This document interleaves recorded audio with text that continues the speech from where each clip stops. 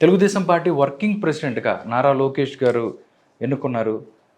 దాని తర్వాత ఇప్పుడు చూస్తే త్వరలో ఆయన ముఖ్యమంత్రి కాబోతున్నారు అని చెప్పి కూడా మాట్లాడుకుంటున్న పరిస్థితి. అలా అయితే మీ కళ్యాణ్ బాబు, మీ మిత్రులు కళ్యాణ్ బాబు గారి పరిస్థితి ఏంటి? దాంతోపాటు కొంత వర్గం ఎవరైతే అంటే నార్మల్‌గా తాత ఆస్తికి మనవడు వారసుడు అన్నట్టుగా నందమూరి తెలుగుదేశం పార్టీ నందమూరోళ్ళ పార్టీ అని చెప్పి అక్కడి నుంచి నారావారి చేతిలోకి వెళ్ళిపోయింది. జూనియర్ ఎన్టీఆర్ ఎలా ఉండబోతుంది? ఫ్యూచర్‌లో ఒకవేళ ముఖ్యమంత్రి అయితే కలిసి ఉండే పరిస్థితి ఉంటుందా? రకరకాలుగా మాట్లాడుకుంటున్న పరిస్థితి సోషల్ మీడియాలో. మీ విశ్లేషణ ఏంటి సార్? నందమూరి వారసు అంటే జూనియర్ ఎన్టీఆర్ గారు ఇవాళ కాకుండా రేపన్నా ఖచ్చితంగా ఆయన కెరీర్ ఉంది. అనవసరంగా 2-3 సంవత్సరాలు జామర్శిల్పి జక్కన్న ఎవరో తెలియదు నాకు, ఆయన చేతులు పడి పాపం అయిపోయాడు. కృష్ణ గారిలా కాకుండా ఈ సినిమా హీరోలందరూ 2 సంవత్సరాలుగా సినిమా 100 కోట్లు కొట్టేద్దాం, ఏందో సినిమా బతకక్కర్లేదా, ప్రజలు 4 సినిమాలు బాగా చూసుకొని ఒక సినిమా పోద్ది ఏమైంది, సరే ఆయన పక్కన పెడదాం కానీ ఇంకా లైఫ్ ఉంది. డెఫినెట్గా రాజకీయాలకు రాసి పెట్టుకోండి, రాజకీయాలకు ఏదో రోజు వస్తాడు ఆయన, ఏదో రోజు వస్తాడు, ఏదో రోజు ముఖ్యమంత్రి అవుతాడు. ఇఫ్ నాట్ టుడే, ఆయన సరిగ్గా చేసుకుంటే అవకాశాలు ఆయన చేతుకున్నాయి. ప్రజలు వెక్స్ అయిపోయి ఉంటారు కొన్ని విషయాల్లో. సరే కమింగ్ బ్యాక్ టు ఇప్పుడు పవన్ కళ్యాణ్ లోకేష్ గారు వర్కింగ్ ప్రెసిడెంట్ అయ్యారు. అవునండి, ఇబ్బంది ఉంది దాంట్లో. పవన్ కళ్యాణ్ గారి సంబంధం దాంట్లో. సార్ పవన్ కళ్యాణ్ ముఖ్యమంత్రి కావాలి, తన కాపు కులం ఎవరైతే ఉన్నారో మా పవన్ కళ్యాణ్ ముఖ్యమంత్రిగా చూడాలి అని చెప్పి గత కొన్ని సంవత్సరాల నుంచి కూడా వాళ్ళు కోరిక ఉంది. కానీ పవన్ కళ్యాణ్ రూపంలో వాళ్ళు అతని నాయకుడిగా చూస్తున్నారు. బట్ జనసేన పార్టీ కానీ మీరు ఏదైతే అమితంగా ప్రేమించే ఉత్తర భారత జనతా పార్టీ వాళ్ళు ఈ కార్యక్రమాన్ని సజావుగా సాగనిస్తారా? 2029కి సంబంధించి పవన్ కళ్యాణ్ని ముఖ్యమంత్రి అభ్యర్థిగా ముందుకు తీసుకెళ్లాలని వాళ్ళ భావన అని చెప్పి మాట్లాడుకుంటున్నారు. దీని మీద మీరు ఎలా మీ ఒపీనియన్? ఇవాళ మొన్నటి వరకు అనుకుంది ఏంటంటే డెఫినెట్గా లోకేష్ గారు ముఖ్యమంత్రి అవకాశం ఉంటుందనే భావిస్తే, ఎందుకంటే వాళ్ళ దగ్గర ఉన్న హోమ్ మినిస్టర్ గారు, ఫైనాన్స్ మినిస్టర్ గారు వాళ్ళిద్దరూ ఒప్పుకునే ప్రశ్న లేదు. లోకేష్ గారిని ముఖ్యమంత్రి చేయాలని చాలా గట్టి పెడతారు. దీనికి కాదనే సమస్య లేదు చంద్రబాబు నాయుడు గారు. వాళ్ళిద్దరూ అంటే అలాంటి ఒక కాదలేని పరిస్థితి వాళ్ళిద్దరూ చెప్పారంటే. ఆ విషయం ఎవరికి రాలేదా? లేదు సార్, అంత హోం మంత్రి గారికి ఉన్నంత పవర్ఫుల్నెస్ అదేంటి ఫైనాన్స్ మినిస్టర్ కూడా, ఆవిడ కూడా ఆవిడ ఒక మాట చెప్తే ఇంట్లో మీరు మాట్లాడి మీరు ఏం చెప్తాడు కాదు సార్. ఆవిడ నా పని నా చేయట్లేదు, మిగతా వాళ్ళు అందరూ నా ఎవరు నేను చెప్పింది హోం మంత్రి గారు, ఇంట్లో హోం మంత్రి గారు. ఓహో అట్లా ఇంట్లో ఫైనాన్స్ మినిస్టర్ గారు. ఓకే, వాళ్ళదే ఉంది. మా పాప మంచి వాళ్ళే వాళ్ళ పనులు చేసుకుంటున్నారు. ఓకే, అందుకని కానీ ప్రజల్లో మాత్రం అంతా ప్రిపేర్ చేసి పెట్టారు. పార్టీ మొత్తం ఆయన కంట్రోల్లోకి వచ్చేసింది. దాదాపు యూత్ మొత్తం అంతా వచ్చేసి పార్టీ ఆయన కంట్రోల్కి వచ్చేసింది లోకేష్ గారు. ఇంకా ప్రభుత్వం చంద్రబాబు నాయుడు కనుపుతున్నారు. ఆయన మీద విశ్వాసం ఉంది ప్రజలకి, ఏదో ఒకటి చేస్తారనేది. కానీ ఈయన ముఖ్యమంత్రి అవ్వాలనేది కూడా ఎక్కువ బాగా ఇది నడుస్తూ ఉంటుంది. సరే ఆయన ఇష్టం, ఆయన మనం చెప్పగలుగుతాం. ఓకే, బట్ ఆయన ముఖ్యమంత్రి అవ్వాలనుకుంటే ఖచ్చితంగా పవన్ కళ్యాణ్ గారితో మాట్లాడితే అంగీకారం అవసరం. 134 సీట్లు ఉన్నాయి, ఇంకా ఇద్దరు మద్దతు ఇచ్చేవాళ్ళు ఉంటారు. ఇబ్బంది లేదు అసలు. మీకు అర్థం ఎందుకండి, 88 సీట్లు వస్తే చాలు, చాలు ఫిగర్. దాని 80 దాటి ఇంకొక 40-50 సీట్లు ఎక్కువ ఉన్నాయి, ఇబ్బంది లేదు. ఓకే, కానీ రేపు పవన్ కళ్యాణ్ గారు లోకేష్ గారి దగ్గర సెకండ్ ఫిడేల్గా లేదంటే కళ్యాణ్ బాబు గారు ఉండరు, 99% ఉండరు. ఓకే, ఒకే కండిషన్ అంటే నెక్స్ట్ ఫ్యూచర్లో ఆయన ముఖ్యమంత్రిగా 29 అవ్వచ్చు, 32 అవ్వచ్చు, చంద్రబాబు నాయుడు గారి ఒక మాట వస్తే మీరు చేసుకోండి, ఆ మాట మాత్రం అనాలనే విషయం ఆయన వ్యక్తపరిచారనేది ఎవరో గూఢచార వర్గాలు బాగుంటాయి. How far it is true I don't know, I cannot confirm. అంటే మీరు కావాలంటే చేసుకోండి. ఫ్యూచర్లో ఆ కూటమి అభ్యర్థి కింద నేను కూడా ఉంటాననే ఒక మాట రావాలనే మాట. I don't think it's going to materialise or not. But కేంద్రంలో ఉన్న ఆదాని ఉత్తర భారతీయ జనతా పార్టీ కూడా ఇక్కడ ఈ చంద్రబాబు నాయుడు గారిని గెట్టడదు. ఎంత పిచ్చి భ్రమ, వీళ్ళ అభిమానులు అందరూ కడుపులో కత్తులు పెట్టుకుని కాల్చుకుంటారని తెలియ తప్పితే ఎవరికి జీవితంలో ప్రాణం ఆశ్వాసన అంత వరకు ఆదాని గారి, మోడీ గారు, ఆదాని గారి, అమిత్ షా గారు నమ్మరండి చంద్రబాబు గారిని. అవును, అది కొడుకు గారిని ఏదో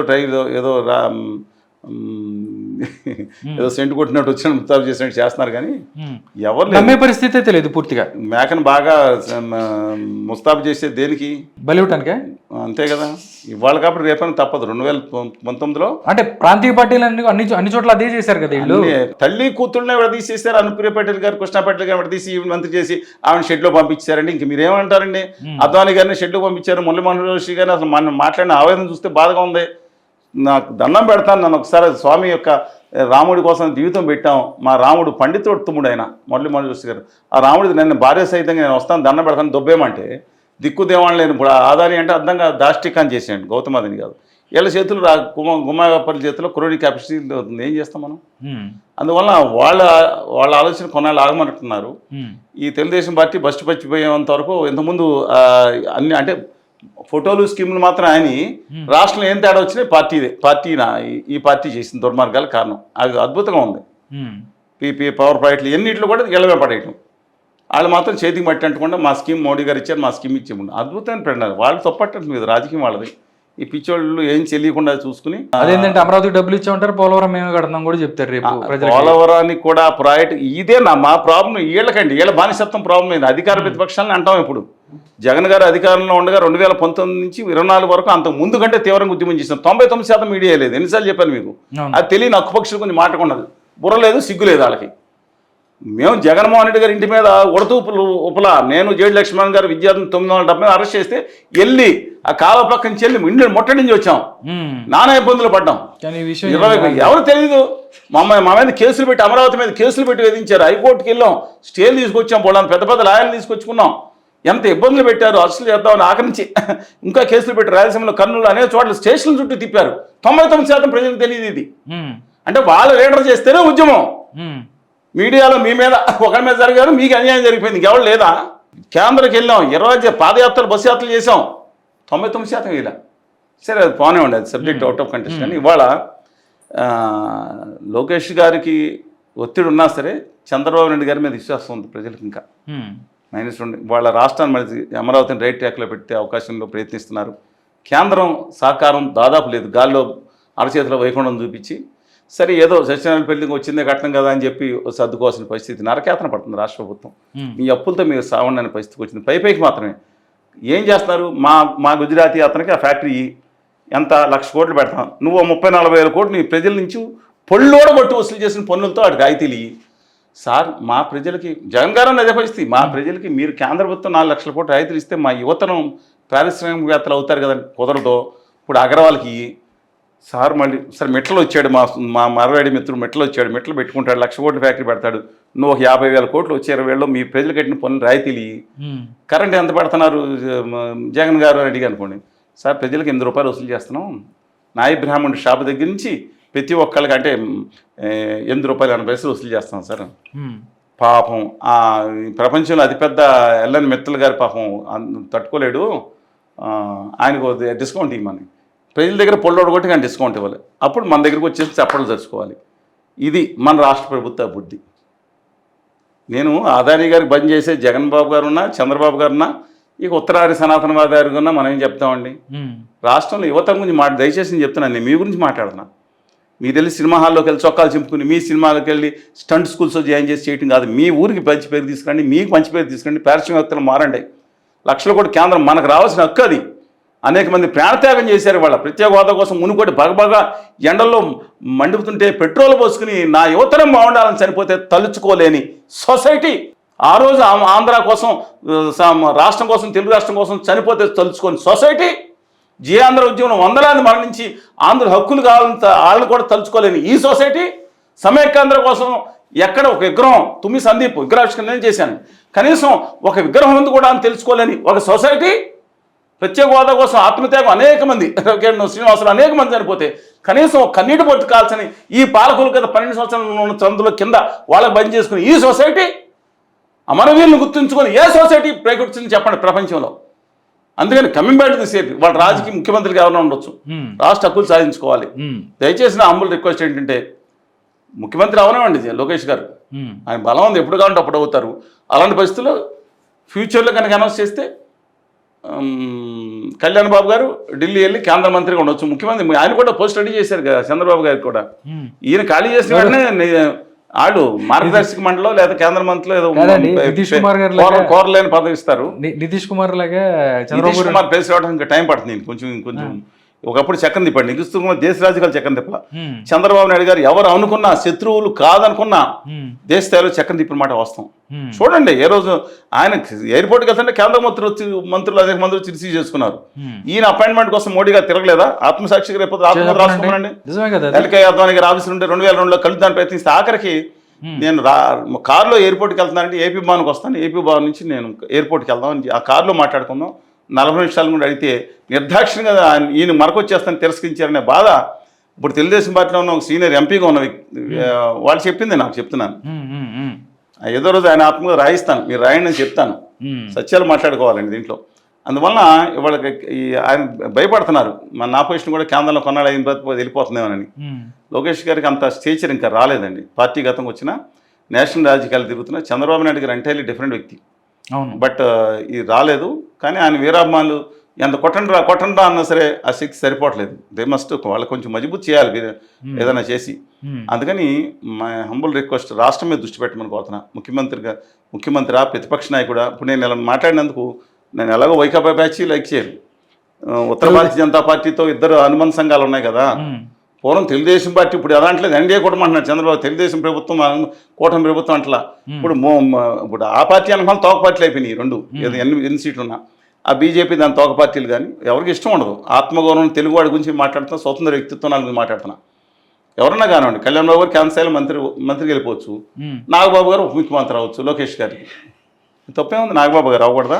మంత్రి చేస్తానని చంద్రబాబు నాయుడు గారు లేఖలు ఎవరు రాసి పెట్టారు.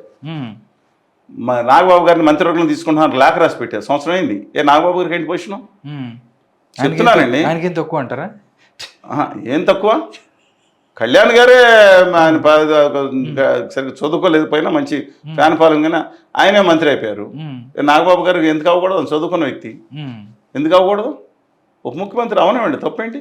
కాపులు మీరు అన్నారు, కాపులు ముఖ్యమంత్రుల కింద కూర్మా వెంకటరెడ్డి నాయుడు గారు చేశారు. 1930లోనే కూర్మా వెంకటరెడ్డి నాయుడు గారు ఉమ్మడి మద్రాసు రాష్ట్రానికి ప్రధానమంత్రి అనేవారు, ముఖ్యమంత్రి చేశారు. బొల్లేని మున్సవనాయుడు గారు చేశారు. ఈ రాష్ట్రంలో కమ్మాస్ ముఖ్యమంత్రి చేశారు, కాపులు ముఖ్యమంత్రులు చేశారు, బ్రాహ్మణులు అనేక సార్లు చేశారు. టంగుటూరు ప్రకాశం పంతులు గారు చేశారు, తర్వాత ఉమ్మడిగా పివి నరసింహరావు గారు చేశారు, వెలమాస్ అనేక మంది సార్లు చేశారు. వెంగళరావు గారు ఏంటి, బొబ్బిలి రాజు గారు చేశారు, తర్వాత వెంగళరావు గారు చేశారు. తర్వాత రెడ్డిస్ అయితే ఫస్ట్ నుంచి లాస్ట్ వరకు సుబ్బరాయలు రెడ్డి గారని 1920 నుంచి చేసుకుంటాను వచ్చారు. దమ్ము నేను అంతే బాగా నిజాయితీగా అని చెప్తున్నాను. నేను అభిమానించే వ్యక్తి ఎవరన్నా గట్టిగా ఉంటే దామోదర సంజీవ్ గారు చేశారు. ఈ దేశంలో అత్యంత పిన్న వయసులో ముఖ్యమంత్రి అనే వ్యక్తి, దేశంలో మొట్టమొదటి దళిత ముఖ్యమంత్రి, దేశంలో కాంగ్రెస్ పార్టీకి 2 సార్లు అధ్యక్ష చేసిన ఒక గొప్ప మహోన్నతవాది, త్యాగమూర్తి. ఆయన గుర్తుంచుకో, ఆయన వారసులు 100 కోట్లు 1000 కోట్లు లేవు. అర్థమైంది కదా. వాళ్ళ అన్నయ్య గారు అబ్బాయి మనోడెవరో వాచ్మెన్ చేస్తున్నారంట. చెప్తున్నాను, అలాంటి వాళ్ళని మనం గుర్తుంచుకో మన సొసైటీ. అలాగే వయసు ప్రముఖులు, రోసే గారు ముఖ్యమంత్రిగా చేశారు. ఎవరు కాదండి, ఎవరు దళితులు చేశారు, అందరూ చేశారు. బీసీలు తెలంగాణలో దాదాపు 46 నుంచి, ఆంధ్రప్రదేశ్లో కూడా 30-40% పైగా ఉన్న బీసీలు ఒక్క వ్యక్తి ముఖ్యమంత్రి చేశారు. ఇప్పుడు మనకు చుట్టుపక్కల 8 రాష్ట్రాల్లో బీసీలు ముఖ్యమంత్రి చేశారు. ఆంధ్రప్రదేశ్లో బీసీ ముఖ్యమంత్రి 2014 నుంచి 2024 వరకు ఏదో స్థాయిలో బీసీ ముఖ్యమంత్రి ఉన్నాడు. ఇప్పుడు బీసీ ఒకసారి ఉప ముఖ్యమంత్రి పదవి కూడా తీశారు. ఇప్పుడు ఇస్తానంటే కూడా బీసీలకు ఉప ముఖ్యమంత్రి అండి. ఫస్ట్ అది పెట్టి చెప్తున్నాను నేను. దానివల్ల ఏదో పైకి వచ్చేస్తాను కదా. ఫస్ట్ బీసీకి they are having every right in Andhra Pradesh. 34% ఉంది. బీసీస్ అంటే ఏంటనుకున్నారు మీరు? Back bone network. అది బ్యాక్ బోన్, ఈ సమాజానికి బ్యాక్ బోన్ కమ్యూనిటీ. ఈ శ్రమ విలువ, దాంతో వృత్తులతో ఈ సమాజాన్ని పెంచిన కులాలు వెనకమాల వాళ్ళకి అవకాశం ఎందుకు తీశారు? ఉప ముఖ్యమంత్రి ఆయనకి ఇవ్వండి. ఆయనకి ఇస్తే ఎవరు కోపం అంటే నాకు అర్థం కాదు. ఎందుకు మాట్లాడట్లేదు? మళ్ళీ ఆ పార్టీకి అటాచ్మెంట్ బీసీ, ఈ పార్టీకి ఒకళ్ళని రెప్పటం కోసం ఒకళ్ళు పైకి వస్తారు 100 కోట్లు ఖర్చు పెట్టుకుని. నాకు అర్థం కాదు.